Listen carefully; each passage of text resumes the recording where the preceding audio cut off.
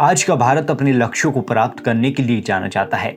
आज विश्व के कई देश भारत के साथ हाथ मिलाने की इच्छा रखते हैं। अगर इतना सब कुछ संभव हो पा रहा है तो सिर्फ और सिर्फ कारण है कुशल नेतृत्व। लेकिन जब विश्व भारत को सकारात्मक दृष्टिकोण से देख रहा है तो कोई कैसे भारत के बारे में दूसरे देश में जाकर देश के संदर्भ में नकारात्मकता फैला सकता है, वो भी ऐसा व्यक्ति जिसे देश के चंद तथाकथित बुद्धिजीवी और देश की लिबरल लॉबी प्रधानमंत्री मोदी का प्रतिद्वंदी मानती हो। जी हाँ, हम बात कर रहे हैं राहुल गांधी की। नमस्कार टीएफआई में आपका स्वागत है और मैं योगेश शर्मा आपको अवगत कराऊंगा कि कैसे राहुल गांधी को आपराधिक मामले में 2 साल की सजा और संसद सदस्यता रद्द होने के बाद लिबरल गैंग लोकतंत्र के खतरे का राग अलाप रहा है। वैसे गांधी परिवार के युवराज राहुल गांधी कोई बहुत अधिक शोध का विषय नहीं है। वो अपनी राजनीतिक समझ के कारण देश के हर वर्ग के लोगों के बीच प्रख्यात हैं। राहुल गांधी लगभग वर्ष 2004 से भारतीय राजनीति में सक्रिय तो हैं, परंतु इसमें उनकी विशेष उपलब्धियों को अगर देखा जाए तो बेतुके बयान, देश विरोधी बातें, स्कैम और करप्शन की एक लंबी सूची के अतिरिक्त कुछ हाथ नहीं लगेगा। और इसलिए ये कहना गलत नहीं होगा कि उनका राजनीति में बने रहने का कारण एकमात्र सरनेम फैक्टर ही है। यही कारण है कि वर्षों से पूरी कांग्रेस आत्ममुग्ध होकर राहुल गांधी की बयानबाजियों और असफलताओं पर कुपड़ों की भांति जय जयकार करती रहती है। राहुल गांधी अपनी राजनीतिक बयानबाजियों के लिए जितने प्रसिद्ध हैं, उतने ही वो अपनी विदेश यात्राओं के लिए भी प्रख्यात हैं। वो हर किसी विशेष अवसर पर विदेश यात्रा पर निकल जाते हैं। नकारात्मक कारणों से ही सही, इसमें कोई दो राय नहीं है कि उनकी विदेश यात्रा देश में खूब सुर्खियां बटोरती है। उनकी राजनीतिक गंभीरता हमेशा से सवालों के घेरों में रही है। अब हाल ही में राहुल गांधी के नेतृत्व में कांग्रेस पार्टी ने देश भर में भारत जोड़ो यात्रा का समापन किया, जो मात्र नाम से ही भारत जोड़ो थी, जिसका धरातल पर यात्रा के नाम से विपरीत प्रभाव पड़ा। अब मैं ऐसा क्यों कह रहा हूं, ये तो आप स्पष्ट रूप से समझ गए होंगे। भारत जोड़ो यात्रा में लिबरल लॉबी के लगभग हर सदस्य ने बढ़ चढ़कर भाग लिया। उनकी दाढ़ी बड़े लुक को लेकर उनकी गंभीरता का प्यार किया गया। लॉन्चिंग और रिलॉन्चिंग का खूब सर्कस हुआ, परंतु राहुल गांधी तो राहुल गांधी ठहरे।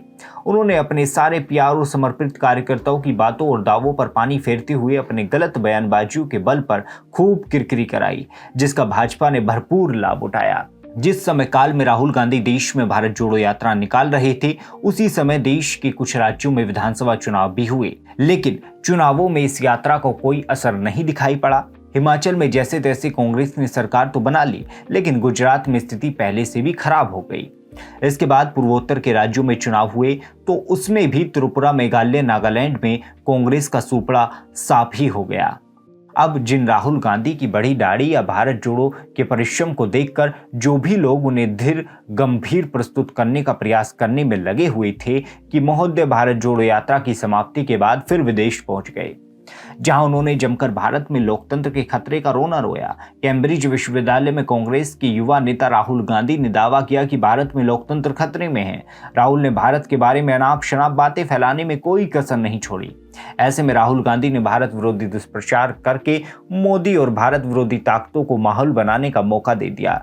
राहुल गांधी के इस दुष्प्रचार को लिबरल लॉबी ने हाथों हाथ लिया और मोदी विरोध के चक्कर में राहुल गांधी और लिबरलों ने जमकर भारत के लोकतंत्र का उपहास उड़ाया।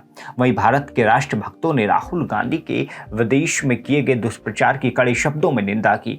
भारतीय जनता पार्टी ने भी उनके बयानों को लेकर उन पर कड़े प्रहार किए।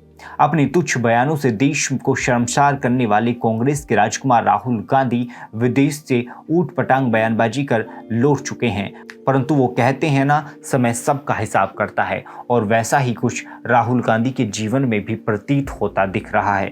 अब इन सब विवादों और विरोधों के बीच गुजरात के सूरत सेशन कोर्ट ने राहुल गांधी को पीएम मोदी पर 2019 में कर्नाटक की एक रैली में दिए गए बयान के मामले में दोषी ठहराया और कोर्ट ने उन्हें 2 साल की सजा सुना दी। बताते चलें कि राहुल गांधी ने 2019 में कर्नाटक की एक रैली को संबोधित करते हुए कहा था कि सभी चोरों के नाम में सरनेम मोदी क्यों होता है। इस बयान के बाद राहुल गांधी के विरुद्ध पुलिस में शिकायत लिखवा दी गई। राहुल गांधी के खिलाफ भारतीय दंड संहिता की धारा 499 और 500 के तहत केस दर्ज करवाया गया था, जो आपराधिक मानहानि से संबंधित था।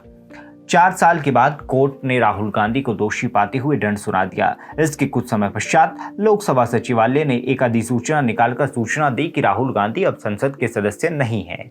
इस अधिसूचना में बताया गया कि केरल की वायनाड लोकसभा सीट के सांसद राहुल को दंड सुनाए जाने के दिन यानी 23 मार्च 2023 से उन्हें अयोग्य करार दिया जाता है।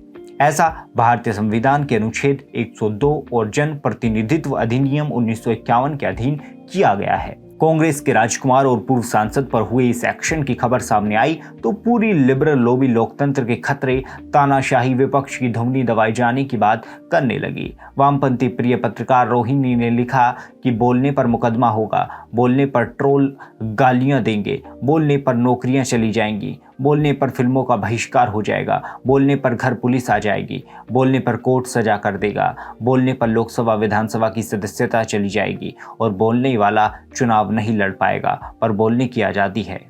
ऐसे ही वामपंथी और सपा नेता फरहाद अहमद की पत्नी स्वरा भास्कर अपना दुख प्रकट करते हुए लिखती हैं कि एक वक्त में ऐसी खबरें अंतर्राष्ट्रीय अखबारों में रसिया, तुर्की आदि के बारे में पढ़ने को मिलती थी। आज भारत उन देशों में शामिल है जहां लोकतांत्रिक तरीकों से चुनी गई सरकारें और उनकी सरकारी व्यवस्था खुद लोकतंत्र बर्बाद कर रही है।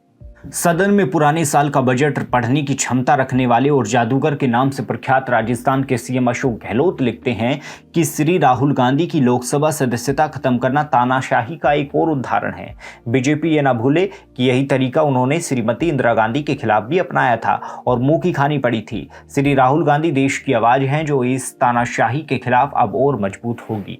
वामपंथियों के मीडिया समूह द वायर की पत्रकार सीमा ट्विटर पर लिखती हैं कि क्या राहुल गांधी इस संकट को मोदी के लिए मुख्य चुनौती के रूप में उभरने के अवसर में बदल सकते हैं। राहुल गांधी ने विदेशी धरती पर जाकर जो भारत का दुष्प्रचार किया, उसके बाद पश्चिमी देशों को भी भारत के विरुद्ध बयानबाजी करने का साहस मिल गया। अमेरिकी सांसद रो खन्ना ने शुक्रवार को राहुल गांधी को लोकसभा सदस्यता से अयोग्य घोषित किए जाने के फैसले को गांधीवादी विचारधारा के साथ गहरा विश्वासघात बताया। राहुल गांधी के भारत विरोधी अभियान का बहुत बड़ा ये प्रमाण है। कांग्रेस के पूर्व सांसद राहुल गांधी को कोर्ट ने जो भी दंड सुनाया वो विधि विधान के अंदर ही सुनाया, यानी जो हुआ वो कानून के अधीन ही हुआ। राहुल गांधी अपने ऊट पटांग बयानों के चलते कई बार कोर्ट के चक्कर लगा चुके हैं। साथ ही अपने बयान के लिए राहुल गांधी को कोर्ट के सामने क्षमा तक मांगनी पड़ी थी। लेकिन इतने वर्षों के राजनीतिक अनुभव के बाद भी राहुल गांधी के स्वभाव में कोई खास परिवर्तन नहीं आया है। देश अवश्य परिवर्तन की ओर अग्रसर है, लेकिन लिबरल लॉबी और विपक्ष इस परिवर्तन को लोकतंत्र के लिए कभी खतरा बताता है तो कभी तानाशाही। लेकिन किसी दोषी को देश की न्यायपालिका के द्वारा दंड दिए जाने से लोकतंत्र को क्या खतरा है। दोषी को दंड मिला कहां से तानाशाही हो गई। जो भी राहुल गांधी को मिले इस दंड से सिद्ध होता है कि भारत का लोकतंत्र कुशल नेतृत्व के चलते शक्तिशाली होता जा रहा है। जहां राजा हो या प्रजा, दंड विधान एक है।